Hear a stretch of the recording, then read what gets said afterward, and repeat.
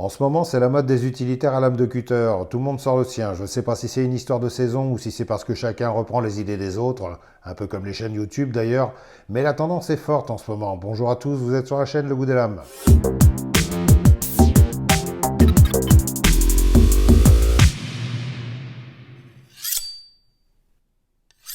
Aujourd'hui, je vous présente rapidement un petit objet pratique à garder accroché à ses clés ou à offrir à Pépé pour ouvrir son courrier. C'est CJRB qui fait ça et c'est un projet Kickstarter. Bon, je ne vais pas encore vous refaire une description complète de Kickstarter, j'en ai déjà parlé plusieurs fois. Disons que c'est une façon pour les marques ou les créateurs de tester leurs projets pour voir s'ils sont viables en se les faisant financer. Là, en l'occurrence, c'est un petit outil très sympa qui contient une lame de cutter de format standard, rétractable, qui s'actionne très facilement, qui peut également faire des capsuleurs. Et je vous rappelle qu'on est en Chine et la Chine est le plus gros producteur et consommateur de bière au monde, ce qui explique qu'ils foutent des décapsuleurs partout. C'est un petit objet assez sympa avec une forme très design qui va très bien se tenir au fond de votre poche. La qualité est bonne, c'est bien fabriqué, c'est un joli cadeau utile à faire. Il y a plusieurs déclinaisons, il y a la série Skytanium qui est soit tout titane, soit titane plus aluminium coloré, et la série Iron Wing qui est soit tout acier, soit acier plus aluminium coloré. Moi j'ai la version tout titane et la version tout acier couleur noire. La version noire étant celle que je préfère. Le fonctionnement est super simple, il y a un gros bouton poussoir qui permet de débloquer la lame et de la faire glisser. Il y a deux positions et pour éviter les ouvertures accidentelles sur l'autre côté, il y a une sécurité avec un bouton rotatif. Il n'y a pas plus simple. Le décapsuleur est assez discret, alors au début on a tendance à le chercher un peu, mais quand on a réussi à le trouver, il n'est pas trop mal. Bon, c'est pas le plus génial qui soit, mais si on n'a que ça dépanne. Ce brise comporte d'autres fonctions. On a par exemple la possibilité d'utiliser des porte-embouts de visseuse au format M6.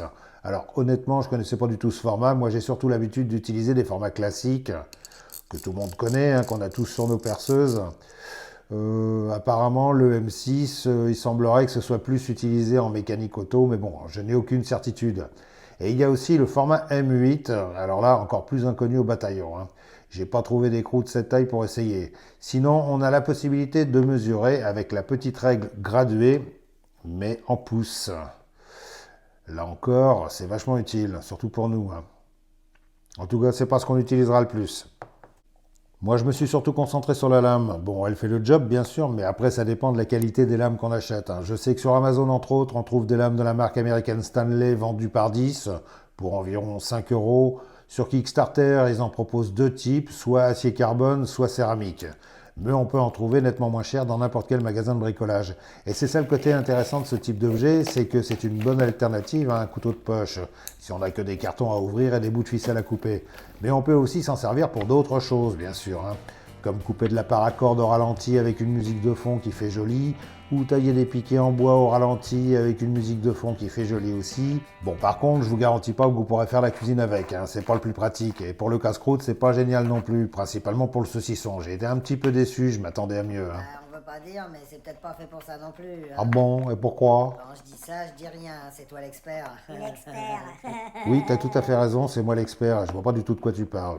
Et sinon, on peut aussi l'utiliser pour des petits travaux précis, comme par exemple pour se faire du découpage de belles images, pour se faire des albums souvenirs. De toute façon, comme je dis souvent, tout ce qui coupe est utile, donc on peut trouver plein d'autres applications avec un petit objet comme ça, si vous voyez ce que je veux dire. Alors, pour remplacer la lame, ou juste la retourner, parce que les lames de cutter trapèze ont deux côtés qui coupent, c'est assez simple, on dévisse le petit bouton, on enlève le gros bouton en faisant très attention à ne pas perdre les deux petits ressorts qui se trouvent dessous et on sort la lame tout simplement. Et pour la remettre, on fait l'opération inverse. Alors les deux modèles que je vous montre sont des prototypes que j'ai reçus depuis un moment et même s'ils sont superbement finis pour des prototypes, ils risquent d'évoluer, notamment le décapsuleur qui va être amélioré et la règle graduée qui va certainement passer en centimètres aussi. Et peut-être le trou porte-embout qui va passer à un format plus répandu. Chez nous en tout cas. On peut l'espérer. Cette opération Kickstarter a débuté le 5 février et s'arrêtera le 16 mars. Et si vous participez au programme, vous pouvez acheter ces brises à un prix très avantageux. Vous pouvez même en acheter plusieurs en différentes versions si vous voulez faire des cadeaux. Si l'objectif financier n'est pas atteint à la date prévue, vous ne serez pas débité de la somme que vous avez engagée. Je vous mets un lien en description, vous verrez par vous-même comment ça se passe et les tarifs proposés. Allez, je vous remercie d'avoir regardé cette vidéo, je vous dis à très bientôt pour la suite et surtout, restez bien affûtés, salut!